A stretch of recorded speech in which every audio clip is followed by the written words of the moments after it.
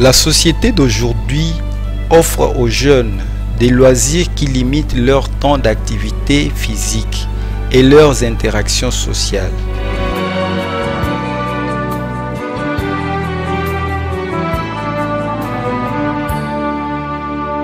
Toujours plus nombreux et attirants, des produits comme la télévision, le jeu vidéo et l'ordinateur envahissent de plus en plus leur quotidien, les incitant à un mode de vie inactif. L'un des défis de l'école est de proposer des moyens pour réintégrer l'activité physique dans la vie quotidienne des jeunes et de contrer ainsi une tendance qui nuit à leur développement moteur, à leur vie sociale, à leur santé et à leur bien-être physique et mental.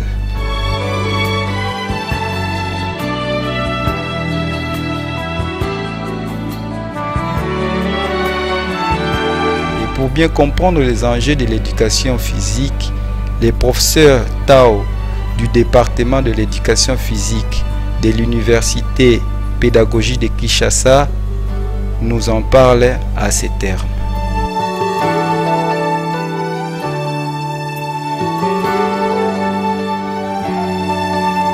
Chef des travaux Tao,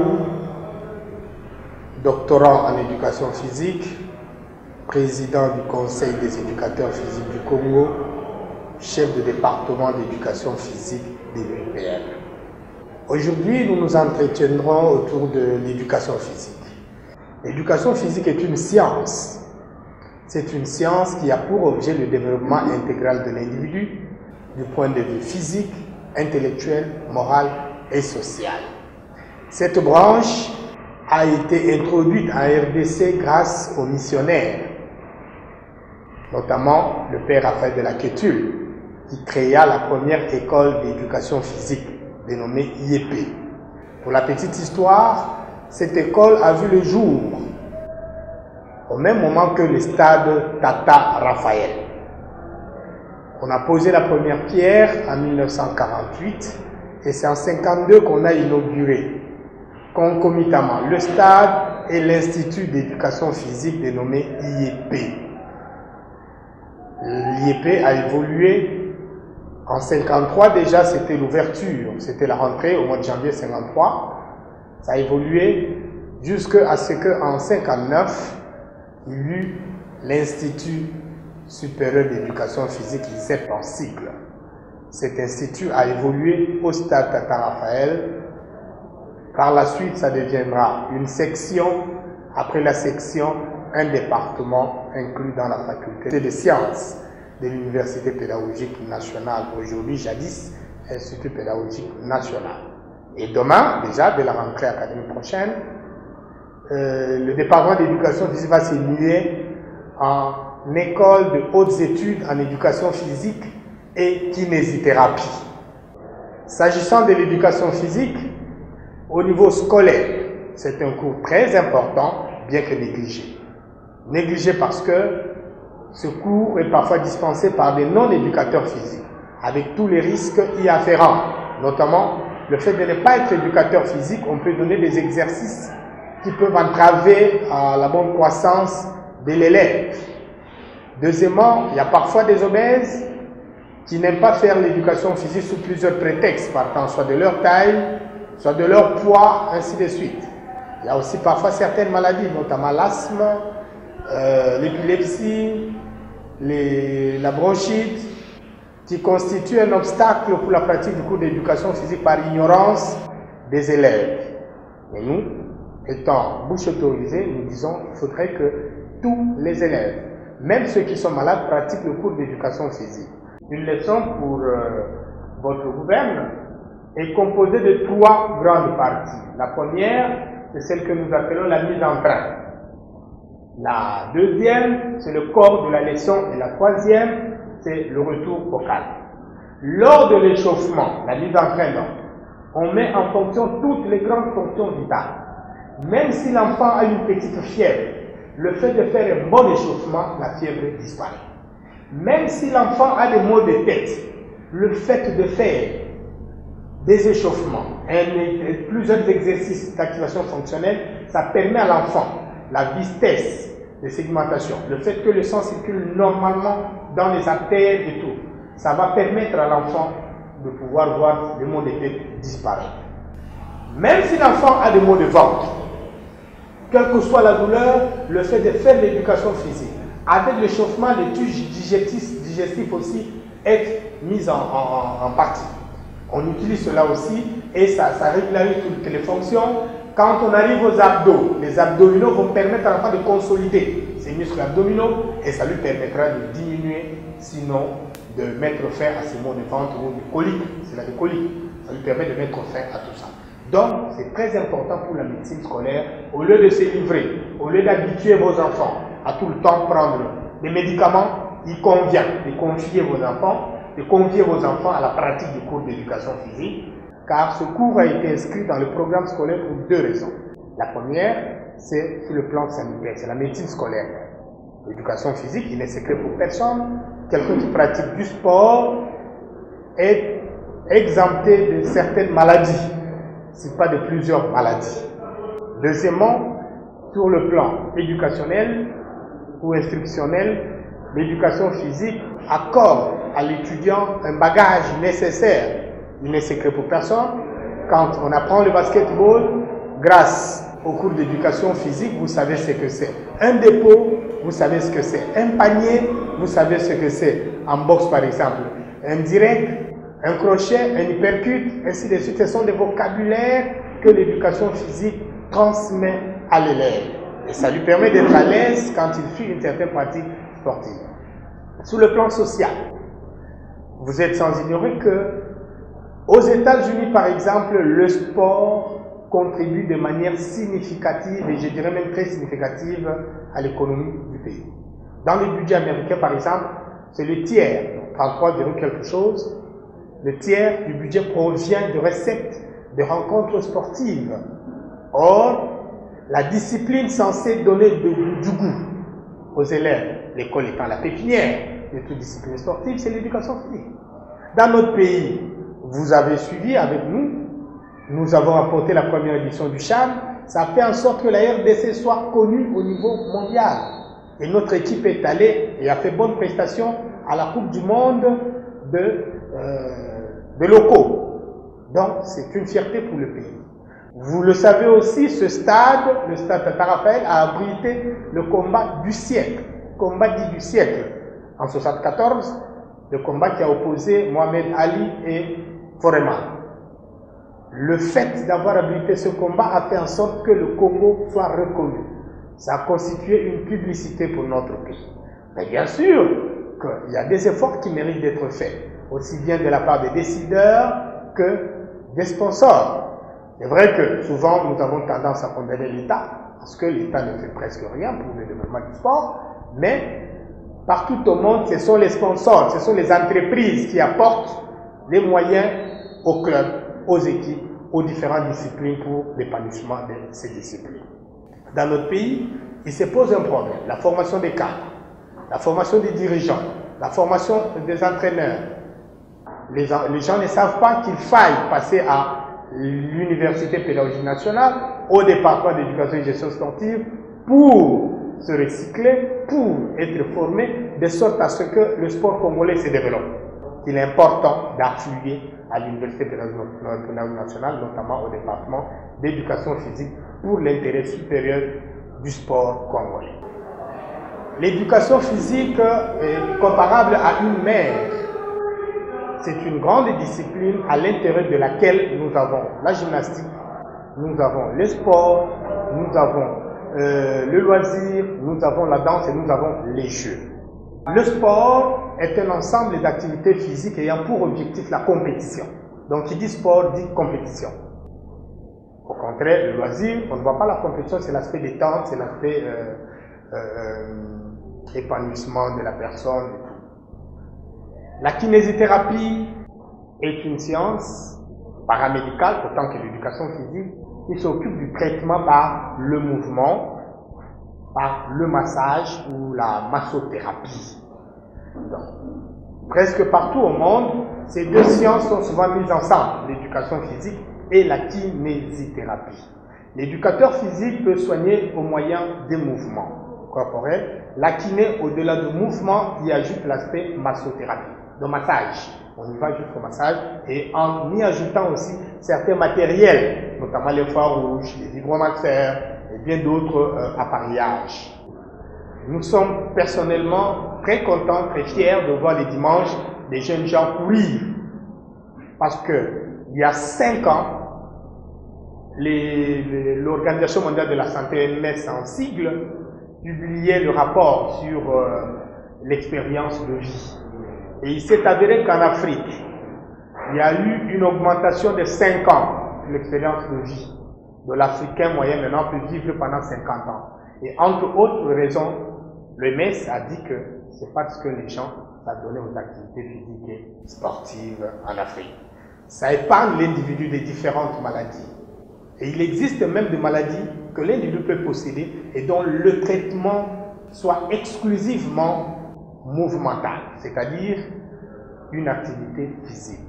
Et il y a même, pour ceux qui ont des handicaps, il y a ce que nous appelons des activités physiques adaptées, dont nous-mêmes nous détenons un diplôme d'études approfondies.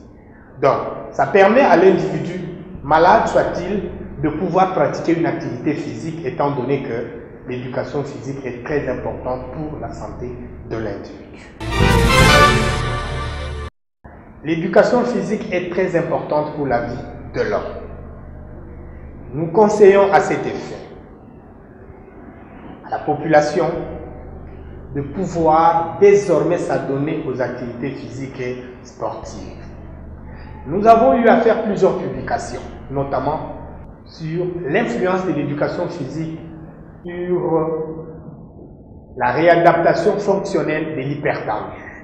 Il s'est avéré que le fait de pratiquer ne fût-ce qu'une heure de sport par jour, et ce, 3 fois par semaine, peut amener l'hypertendu à pouvoir maîtriser sa tension artérielle.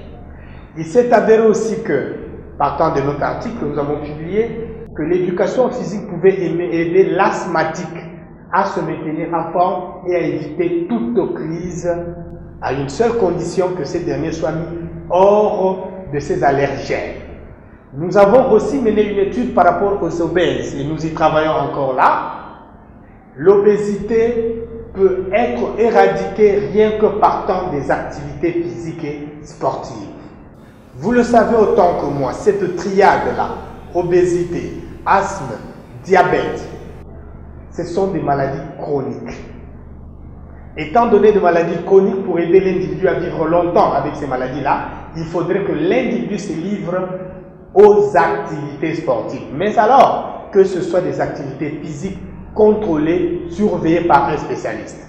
Sinon, vous êtes asthmatique, vous vous livrez à n'importe qui, il vous donne des exercices sans pouvoir vous mettre hors de vos allergènes, vous allez piquer une crise.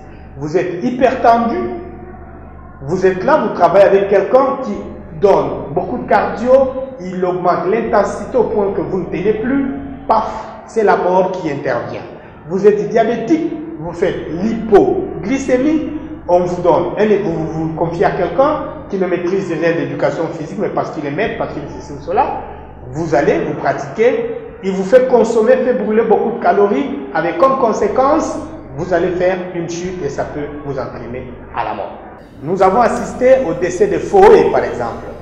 Ce n'est pas le médecin qui pourrait d'office dire il y a eu ceci, parce que le diagnostic à ce moment-là était impossible, monsieur était déjà inanimé. Mais c'est l'éducateur physique ayant vu le mouvement que Foé a fait pour tomber, qui peut dire, partant de ce mouvement, il y a la telle lésion. Et le médecin partira de ce diagnostic pour vérifier la véracité. Nous avons aussi Ronaldo, qui est un épileptique, mais c'est grâce au sport qu'il est devenu ce qu'il est devenu.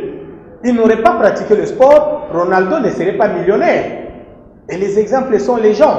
Donc, tout le monde doit pratiquer l'éducation physique, doit pratiquer des APES pour avoir une longue vie et pour être sain, comme dit-on, mens sana insana corpore, un esprit sain dans un corps sain, même sur le plan scientifique. Quand vous pratiquez des activités physiques et sportives, après une bonne douche, la mémoire est fraîche et elle est prête à accueillir toutes les connaissances ou tout ce que vous pourrez produire par la suite. Nous en avons l'expérience, nous avons produit une étude avec Pierre Quintin, un Belge. Nous avons eu 2 groupes de sujets d'élèves, dont un groupe pratiquait l'éducation physique, faisait le sport en dehors des cours, et l'autre qui ne le faisait pas. Et à la fin de l'année, après évaluation théorique, c'est-à-dire les examens scolaires, le groupe qui pratiquait le sport a été classé en ordre utile, contrairement à l'autre groupe. Donc l'éducation physique a une influence très positive sur l'intelligence de l'enfant. Quand on est sain, pratiquer l'éducation physique, pratiquer des activités physiques, même marcher, c'est déjà bon. Courir, trottiner, faire le jogging, c'est encore bon. Mais il faudrait que cela soit sous le conseil d'un éducateur physique. L'éducateur physique, c'est ce monsieur-là qui a accepté d'apprendre l'éducation physique, soit aux humanités, soit à l'université ou au niveau supérieur. À l'issue de sa formation, il a un diplôme qu'on lui délivre. Et c'est ce diplôme qui lui permet d'œuvrer. Il est malheureux de constater que dans notre pays, beaucoup de gens s'improvisent éducateurs physiques. Vous allez sur le plan sportif, au football par exemple, au niveau de la Fédération internationale FIFA, en sigle de football amateur, FIFA, pour être préparateur physique d'un club, vous devez être diplômé de sport ou d'éducation physique. Mais dans notre pays, ce n'est peut-être pas le cas. Les gens ne comprennent pas. On donne n'importe qui la tâche, on confie n'importe qui la tâche de préparateur physique d'une équipe. Avec comme conséquence, souvent nos équipes sont faibles physiquement. Mais les quelques rares qui ont des éducateurs physiques, comme préparateur physique, je cite par exemple des clubs avec Makanzu, Malin, je cite Laoui Naboussou, vous sentez que ce sont des gens qui font une prestation qualitative. Deuxièmement, nous avons aujourd'hui, nous assistons à la prolifération de centres de mise en forme. Il y en a plein. Mais quand vous y allez, ceux qu'on appelle maîtres, qu'on appelle professeurs, ils n'ont aucun document leur permettant d'exercer ce métier. C'est déplorable. La santé n'a pas de prix et les gens se confient à ces gens-là. Ils vont s'adonner là-bas. Avec comme conséquence, à la longue, j'ai mal ici, j'ai mal là-bas, parce que monsieur donne des exercices sans en connaître l'intensité, sans connaître la physiologie, sans connaître la physiologie de l'effort, sans maîtriser la biologie, moins encore l'anatomie. Il se contente seulement de faire transpirer l'individu, avec toutes les conséquences y afférentes, au lieu de pouvoir donner un travail technicien, un travail qualitatif qui peut permettre à l'individu à se retrouver. Aujourd'hui, l'augmentation, le surpoids. Hier, c'était l'affaire. Le surpoids et l'obésité étaient l'affaire des nantis, était l'affaire des pays développés. Mais aujourd'hui, en Afrique, nous mangeons tellement mal qu'on prend du poids en désordre. Or, le fait de prendre du poids en désordre, on devient obèse. Quand on devient obèse, il y a une série de maladies qui entraînent des comorbidités de l'obésité. Notamment le diabète, le type 2, notamment l'hypertension, notamment l'asthme et tout. Alors maintenant, face à tout ça, quand vous êtes hospitalisé, vous aurez à dépenser beaucoup d'argent. La médecine préventive veut que vous pratiquiez des activités physiques de manière régulière et que vous soyez suivi. Ça vous permettra de pouvoir vivre longtemps sans pour autant tomber malade. Les activités physiques et sportives, c'est comme ça qu'on les appelle, APES, il y en a plein. Nous avons des activités sportives, notamment les différentes disciplines, il y a des arts martiaux, il y a des disciplines de combat, disons, catégorisées des sports individuels, et nous avons aussi les sports collectifs. Les sports collectifs, le football, le basket, le handball, ainsi de suite, ce sont des sports collectifs. Nous avons plusieurs autres activités aussi, qui sont aussi sportives. La natation par exemple, quand on le fait avec un but compétitif, c'est la natation. Mais quand nous allons le faire à la rivière, c'est la nage. On va nager. Ça, c'est une activité physique quand je vais nager. Quand je fais mon jogging le matin, c'est une activité physique. Quand je me dis, je me réveille le matin, je fais quelques exercices, je fais des abdos, je sautille, tout ça. C'est une activité physique. Nous avons aussi la gymnastique. La gymnastique avec toutes les branches, même si aujourd'hui, il y a ce que nous appelons la gymnastique sportive, celle que nous suivons souvent à la télé lors du championnat du monde de gymnastique avec des poutres, donc dans la gymnastique aux agrès, avec des poutres, des bombes, des barres parallèles et tout. Ça fait la gymnastique. Mais il y a aussi la gymnastique aérobique. Là, c'est avec la musique. On met un peu de musique et vous faites le mouvement corporel au rythme de la musique. Donc, il y a cette gymnastique-là. Il y a la gymnastique aussi rythmique. Vous voyez souvent des jeunes filles en train de faire des mouvements ondulatoires. Ça, c'est la gymnastique rythmique. Et il y a la gymnastique la plus en vue maintenant, en vogue, c'est la gymnastique de salle. La gymnastique de salle, il y a des matériels, on y fait la musculation, on fait la gymnastique, et il y a des gens qui vont travailler pour pouvoir entretenir leur corps, leur santé.